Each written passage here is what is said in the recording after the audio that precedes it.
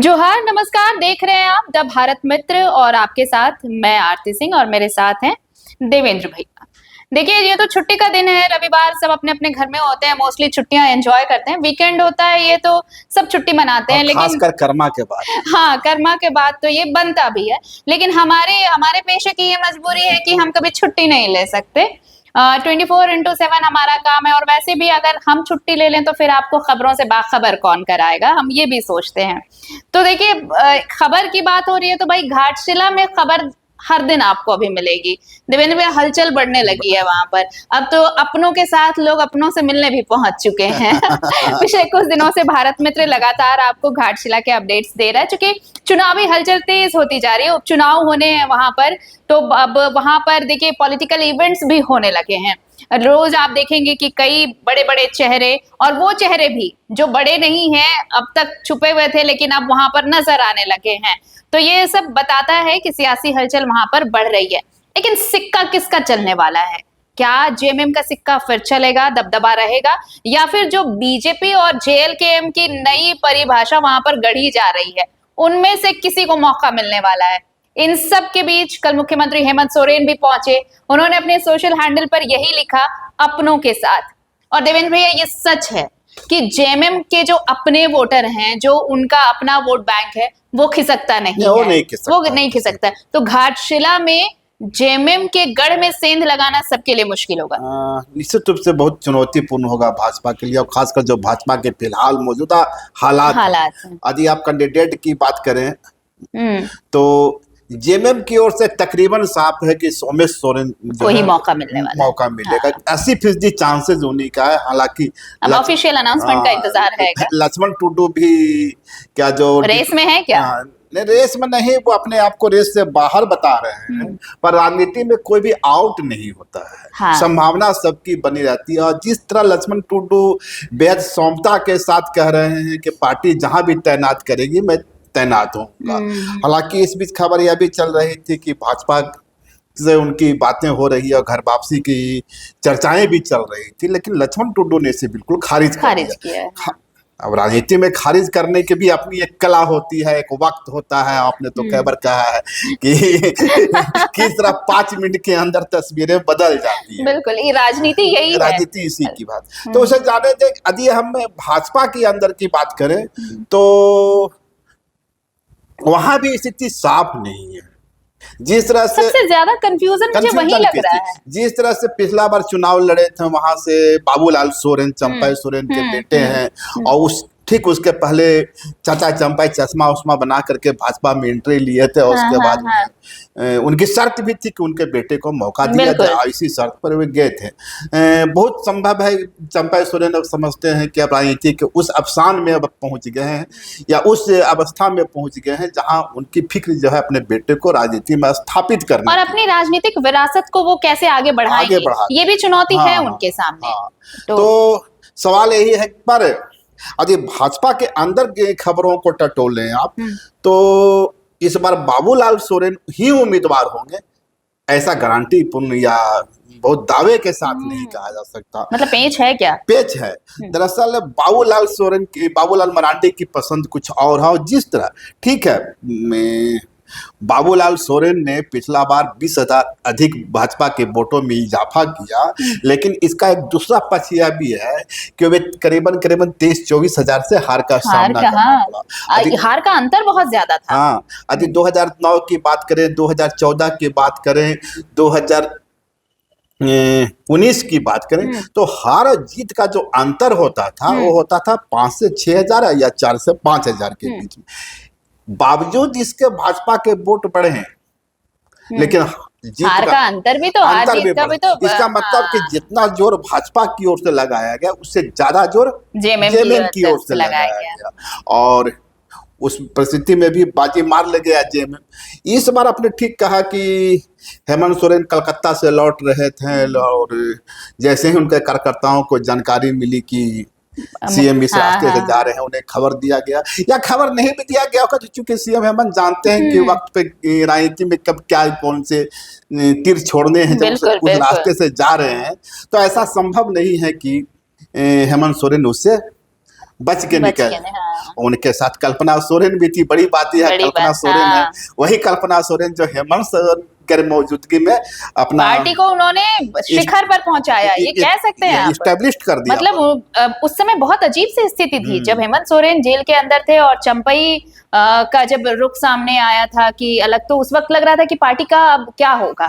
उस वक्त कल्पना सोरेन ने पार्टी को वो मजबूती दी जो आप इतिहास में बहुत कम देखेंगे, किसी भी पार्टी के लिए बहुत कम दिखता है। सही बात है। हाँ। और जिस तरह से एक साथ संथाली भाषा बोलती थे, इंग्लिश बोलती थी, हिंदी बोलती हाँ। थी, उड़िया धारा प्रवाह बोलती है, तो आप मुश्किल जेएमएम में कोई ऐसा चेहरा, जेएमएम की बात छोड़ दे, झारखंड में कोई ऐसा चेहरा तो फिलहाल नहीं है तो इतने साथ फ्लुएंसी में 4 से 5 भाषाओं में बात कर सकता, वो सिर्फ कल्पना सोरेन है। तो कल्पना सोरेन की एंट्री तो हो गई है, उनके फैंस भी नजर आ रहे हैं, वो तस्वीरें आप देखिए। हाँ। इस वक्त आप अपने स्क्रीन पर तस्वीर भी देख रहे हैं, ये तस्वीर बताती है कि सिर्फ मुख्यमंत्री हेमंत सोरेन के ही फैन नहीं, कल्पना सोरेन के जो फैन है वो भी वहां पर पहुंचे और सेल्फी लेते नजर आए लोग वहां पे। हाँ।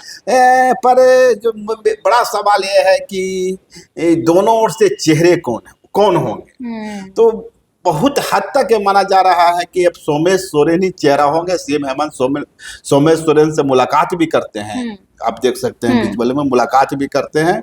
और इस तरफ से यदि बाबूलाल सोरेन नहीं होंगे तो क्या सुनीता सोरेन होंगे, उनकी चर्चा जोरों पर चल रही है। लक्ष्मण टुडू ने तो साफ कर दिया है कि वे उम्मीदवार नहीं होने जा रहे हैं, तो निश्चित रूप से अब सुनीता सोरेन होंगे, बाबूलाल सोरेन होंगे, प्रदीप बालमुचु वहां से 3 बार के विधायक रहे हैं ना, और उन्हीं का सीट बाद रामदास सोरेन की एंट्री हुई थी। प्रदीप बालमुचु के दिल में भी एक कसक है कि भाई पर सीट तो चली गई है वो जेएमएम के खाते में, तो कहीं से भी नहीं लगता कि प्रदीप बालमुचु पर दाव लगाया जाएगा या कांग्रेस ये दावा भी। मुझे नहीं लगता कि कांग्रेस कोशिश भी करेगी। हाँ, कांग्रेस कोशिश भी, और यदि कांग्रेस कोशिश भी कर ले तो जेएमएम अब कोई सीट छोड़ने नहीं जा रही है, ये इतना तय है। तो खैर जो भी हो, इतना तय है कि वहां 3 फ्रंट खुलेंगे, एक फ्रंट जयराम महतो का होगा, एक फ्रंट भाजपा का होगा, तीसरा फ्रंट। लेकिन इन सब में जो, जैसे हम लोग शुरू में ही बात कर रहे थे कि सबसे ज्यादा कंफ्यूजन बीजेपी में ही दिख रहा है। बीजेपी में मुझे ये आप देखिए कि पिछले 1 महीने के अंदर ही जितना कुछ हुआ, राजधानी रांची की ही बात कर ले, चाहे वो सिरमचोली की बात कर ले, नगड़ी की बात कर ले, यहाँ पर भी बीजेपी एंट्री तो लेती है, लेकिन जो खेमा अगर एक खेमा अलग बैठा है, दूसरा खेमा आंदोलन में शामिल है, दूसरा आंदोलन में शामिल है, तो पहला खेमा अकेले बैठा है। आप इसको इस रूप में देख सकते हैं कि विधानसभा या लोकसभा चुनाव के पहले 2 बड़े चेहरों की एंट्री होती है, या 4 से 5 के हैं। उसमें सीता सोरेन है, मधु कोड़ा के पत्नी गीता कोड़ा है, मधु कोड़ा है, और लोकसभा चुनाव के पहले ही बाबूलाल मरांडी की एंट्री हुई थी, तो विधानसभा के बाद ही हो गई थी चंपाई सोरेन की। तो चंपाई सोरेन और बाबूलाल सोरेन भाजपा के जो कार्यकर्ता है, ठीक है, बाबूलाल संघ की पृष्ठभूमि से आते हैं, झारखंड के पहले सीएम रहे, पर एक लंबा अरसा उन्होंने भाजपा के बाहर भी गुजारा, और जब उनकी एंट्री वापसी हुई तो भाजपा में वो उत्साह नहीं रहा। और ठीक है, आला कमान समझता है कि चूंकि यहाँ 27% या 26% आदिवासी समुदाय की आबादी है, तो उसका एक प्रतिनिधित्व चाहिए, और इसी कोशिश में बाबूलाल मरांडी को लाया गया, चंपाई सोरेन को लाया गया। पर आपको लगता है कि लोकसभा चुनाव में बाबूलाल ने वो परफॉर्म किया? नहीं, बिल्कुल, मतलब मुझे नहीं लगता है कि चंपाई सोरेन या बाबूलाल सोरेन को लेकर जो बीजेपी ने सोचा भी होगा उसका उन्हें 10% भी उन्हें हासिल हुआ होगा, अलावे चंपाई सोरेन की जीत के। चंपाई सोरेन जीते अपनी सीट पर, लेकिन चाहे वो बाबूलाल की एंट्री कह ले आप या चंपाई सोरेन की एंट्री कह ले आप, मुझे नहीं लगता कि जिस नफे के अपेक्षा को लेकर, जिस फायदे की अपेक्षा को लेकर पार्टी ने इन 2 बड़े चेहरों को पार्टी में तरजीह दी, जगह दी, और इस चीज को लेकर पार्टी के भीतर भी असमंजस की स्थिति थी। क्योंकि पहले भी देखिए, जब जेवीएम में रहे थे बाबूलाल मरांडी, उस वक्त बीजेपी के साथ उनका क्या रिश्ता था वो सबको जग जाहिर है। उनका कुतुब मीनार वाला बयान भूला नहीं जा सकता, जिसके लिए वो काफी ट्रोल भी होते रहे हैं और अब तक ट्रोल होते हैं। ठीक उसी तरह जब चंपाई सोरेन को लाया जाने लगा तो जेएमएम को लेकर उन्होंने भले ही जो भी कहा हो कि अब आदिवासियों की लड़ाई वो खुद लड़ेंगे, ऐसे लड़ेंगे, नहीं, चंपाई सोरेन की भी भाजपा में एंट्री हुई थी तो 2 दिनों तक बाबूलाल मरांडी की कोई प्रतिक्रिया नहीं आई थी। दिल्ली चले गए थे गृह मंत्री से मुलाकात करने के लिए। उसके इसका मतलब कि चंपाई सोरेन की एंट्री को बाबूलाल तब भी बर्दाश्त नहीं कर रहे थे और बाबूलाल मान के चल रहे थे कि चंपाई सोरेन की एंट्री से वो जो कुल्हान के एरिया में है वहां कोई बड़ा बदलाव नहीं होने वाला और हुआ भी नहीं। बिल्कुल। यदि अब सरायसीला सीट की बात करें, सरायसीला सीट पर एक अजीब सी स्थिति है। सरायकेला एक शहरी मतदाताओं का बड़ा हिस्सा है। चंपाई सोरेन की जो छवि है वहाँ उदार राजनेता की है और वहाँ कई कंपनियां हैं, तो वहां का व्यापारी वर्ग भी चाहता है कि भाई एक ऐसा चेहरा सामने रहे जो उदार, और जबकि ये अब भाजपा की ओर से जिन्हें उम्मीदवार बनाया जाता रहा है उनके बारे में जो आप वहाँ चर्चा सुने तो वे कहेंगे कि भाई इनके आने से व्यवसायिक वर्ग जो है असुरक्षित महसूस कर सकता है और भाजपा का जो कोर वोटर है वो व्यवसायी वर्ग ही है। तो व्यवसायी वर्ग की पसंद भी चंपाई सोरेन पहले थे, जब जेएमएम में थे तब भी थे, और अब जबकि भाजपा में ही चले गए हैं तो उनके वोट बैंक में कोई तब्दीली नहीं है। लेकिन जो तब्दीली बीजेपी को चाहिए थी वो हासिल नहीं हो सकी। वो नहीं हासिल। तो सरायकेला के सिवा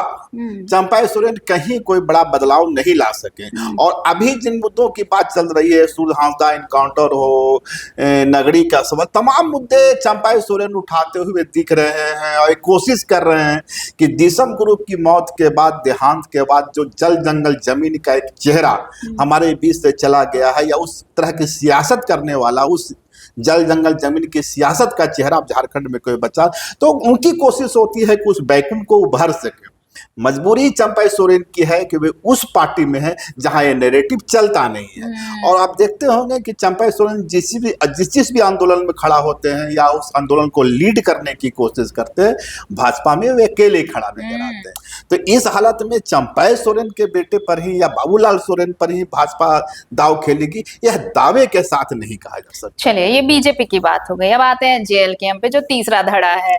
जेएमएम की बात हुई, बीजेपी की बात हुई, इस बार जेएलकेएम की एंट्री बहुत कुछ वहां पर कहें कि एक अलग पर्सपेक्ट ही वहां पर सामने आने वाला है। इसलिए सामने आने वाला है रेल टेका आंदोलन और फिर निशा भगत का निष्कासन और फिर जयराम का क्लियर स्टैंड होना कि वो किसकी लड़ाई लड़ रहे हैं और उनका वोट बैंक क्या है, उन्होंने साफ कर दिया है। इसका बहुत सीधा सीधा इम्पैक्ट वहां पड़ने वाला है। तो क्या इस बार वहां एक तीसरा फ्रंट जो है वो भी मजबूती के तौर पर दिखेगा? निश्चित रूप से आरती, आपने खुद ही बताया था कि वहाँ 25% या 25 से 38% है कुर्मी वोटर हैं। और जयराम महतो ने जिस तरह निशा भगत को अपनी पार्टी से आउट किया, यह साफ मैसेज तो दे दिया कि भाई कुर्मियों के सवाल पर कोई कंप्रोमाइज नहीं होगा। राजनीति में आदिवासी के मुद्दे पर कंप्रोमाइज हो जाए, यहाँ के मूलवासी के मुद्दे पर कंप्रोमाइज हो जाए, दूसरी जातियों के मुद्दे पर कंप्रोमाइज हो जाए, पर कुर्मी उनका कोर है। अब सवाल यह है कि वहां का जो 38% कुर्मी समुदाय है, यदि एकजुट होकर के जयराम के पक्ष में आता है तो निश्चित रूप से वहां एक बड़ा बदलाव देखने को मिलेगा। पर आपको यह भी याद रखना चाहिए कि जेएमएम के पास कुर्मी चेहरों की कोई खास कमी नहीं है। उसके पास मथुरा महतो है, जोगेंद्र प्रसाद है, और दूसरे चेहरे भी हैं, कुर्मी अमित महतो हैं। तो निश्चित रूप से इन चेहरों का भी प्रयोग वहां किया जाए।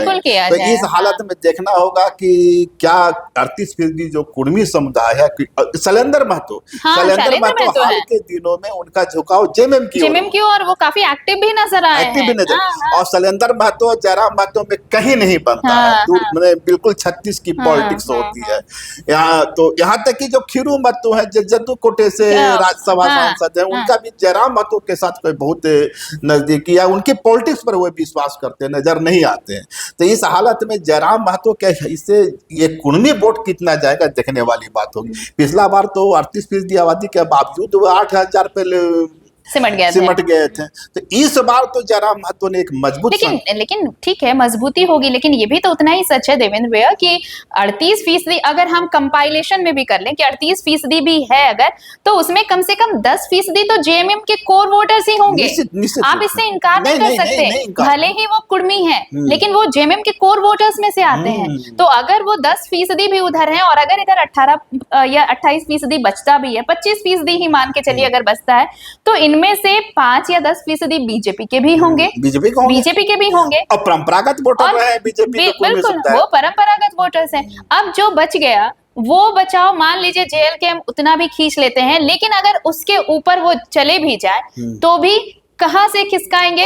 ऑब्वियस है बीजेपी से। जयराम महतो वहां जितना मजबूत होंगे भाजपा वहां उतनी कमजोर होगी, उतनी कमजोर होगी। यानी कुल मिलाकर चाहे कोई भी हो, इसका सीधा फायदा, बहुत ज्यादा मेहनत करने की जरूरत मुझे नहीं लगता है कि जेएमएम को पड़ेगी। नहीं, सहानुभूति का भी तो एक वोट है, एक प्लस पॉइंट है। और रामदास सोरेन की जो छवि रही है वहां, वो सबके दुख सुख में शामिल होते रहे। रामदास बहुत अच्छे ऑरेटर नहीं, बहुत सुलझे नेता के तौर पर लोग अच्छे ऑरेटर नहीं थे, बहुत ज्यादा भाषण नहीं देते थे। पर जमीन से जो रामदास सोरेन का नाता था, निश्चित रूप से जो सोमेश सोरेन है उसको इनका फायदा। तो जेएमएम के पास दो चीजें हो गई। एक तो उनका कोर वोटर जो है कोल्हान में, आप उन्हें दरकिनार नहीं कर सकते। दूसरी चीज की सिंपैथी वोट उनको मिलनी ही मिलनी है। तो यहाँ पर काफी और उसके बाद एक और प्लस पॉइंट जेएमएम के खाते में ये जाएगी कि अब तक बीजेपी कंफ्यूज्ड है कि किसे मैदान में उतारना है। इसका एक फायदा यह भी है जेएमएम को, भाजपा में जो महा कंफ्यूजन की स्थिति है, यदि भाजपा लक्ष्मण टुडू को ले भी लाती है, आप एक कल्पना करके देखें कि लक्ष्मण टुडू को भाजपा घर वापसी करवाती है और कहती है कि मैं तुमको उम्मीदवार बनाता हूँ, तो ये जो चंपाई सोरेन है ये तो कोई आमलेट बनाने के लिए तो नहीं गए हैं भाजपा में। निश्चित रूप से बाबूलाल जो सोरेन होंगे वो निर्दलीय चुनावी अखाड़े में होंगे। और ये तय है कि अगर उन्हें इस बार मौका नहीं मिला तो वो चाहे तो निर्दलीय चुनाव लड़ सकते हैं। बहुत संभव है। रोचक स्थिति तब होगी यदि बाबूलाल सोरेन को जेल के में अपना उम्मीदवार बना लेता है। और यदि ऐसा होगा तो एक घाटशिला का सबसे बड़ा उलटफेर होगा, झारखंड की पॉलिटिक्स का सबसे बड़ा उलटफेर होगा। पर तब परिणाम अप्रत्याशित हो सकते हैं, अप्रत्याशित परिणाम हो सकता है, क्योंकि जेल कैंप का एक बड़ा वोट बैंक और चंपाई सोरेन के चेहरे के साथ आदिवासी वोट बैंक का जुट जाना जेएमएम के सामने एक अग्नि परीक्षा के बिल्कुल चैलेंजेस होंगे। चलिए, तो क्या चुनौतियां हैं अब तो चुनाव के वक्त ही पता चलेंगी, और उन चुनौतियों को कौन पार कर पाता है ये तो रिजल्ट बताएगा भाई। लेकिन ये स्पेक्युलेशंस हैं, ये संभावनाएं हैं, आशंकाएं हैं, अब आप इन्हें जैसे जिस तरह से लीजिए, लेकिन वहां पर चीजें इतनी आसान होने वाली नहीं जितनी आसान अभी फिलहाल दिख रही हैं। तो देखिए, आसान बस इतना है कि अगर आपको कंटेंट पसंद आया है तो लाइक करिए, शेयर करिए और हमारे चैनल को सब्सक्राइब जरूर करिए। जल्दी हमारी टीम वहां मौजूद हो, बिल्कुल, और बहुत जल्द हमारी टीम ग्राउंड रिपोर्टिंग घाटशिला से आपके लिए लेकर आने वाली है। तो आप बने रहिए भारत मित्र के साथ। नमस्कार, जोहार।